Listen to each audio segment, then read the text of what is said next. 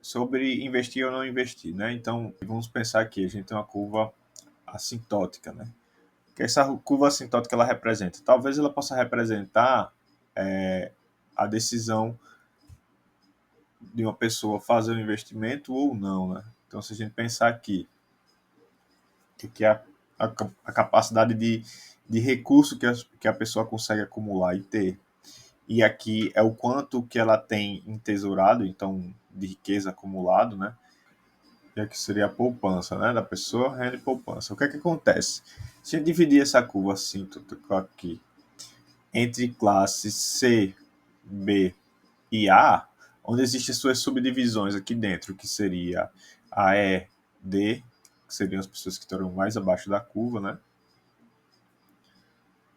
A C, que seria as pessoas que estão em acessão. Classe B também aqui poderíamos ter botado uma diferença aqui, B menos, B e B mais. E aqui seria, vamos colocar a classe dos emergentes, classe dos As, classe do A+, A++, os bilionários, estaria fora dessa relação.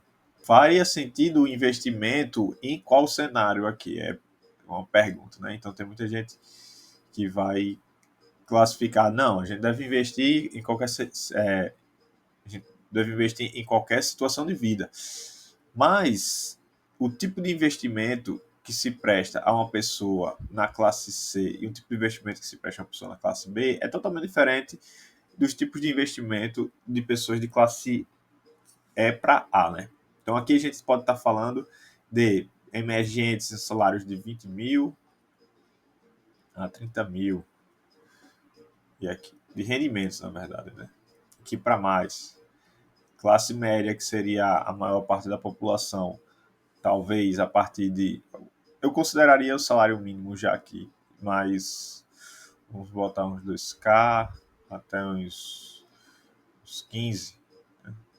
Você tem uma vida boa e não existe a necessidade de investimento aqui, mas seria interessante, né? E a classe C para baixo, então aqui seria de 2 mil para baixo, né? Então, por que existe essa curva aqui? Ela representaria a possibilidade de investimento ou não das pessoas. Porque se a gente considerar a metade da curva, metade para baixo e metade para cima, a gente tem que essa parte aqui da curva, para baixo, os investimentos que são feitos em atividades produtivas, elas vão ser muito mais remuneradas do que as aplicações que as pessoas vão fazer. Isso porque a quantidade de recurso que essa pessoa tem é muito baixa. Então, aqui, preferível investir em atividades produtivas. Já esse lado aqui, a velocidade de consumo das pessoas, ela não cobre a quantidade de renda que essas pessoas têm. Então, existe uma ociosidade do capital. E elas entram numa barreira que seria a capacidade de administração, fazendo com que elas necessitam uma aplicação para não haver essa ociosidade de capital. Então, se a gente analisar pessoas que têm uma renda baixa, geralmente o impacto numa mudança de renda dela será muito maior do que se ela acumular esse recurso. Então, um acréscimo na renda dela é muito maior do que ela acumular esse recurso para consumo posterior. Então, ela deveria investir em atividades produtivas, em aprendizado, conteúdo, algo que aumentaria a renda dela. E inverso, esse pensamento seria inverso para as pessoas que estão numa classe de emergente para as classes A. Por quê? O incremento de renda delas para o consumo é muito menor em comparação à aplicação que elas podem fazer com o entesouramento, né, com a poupança que elas têm. Em contrapartida, elas estão pensando em prevenir essa capacidade ociosa que elas têm.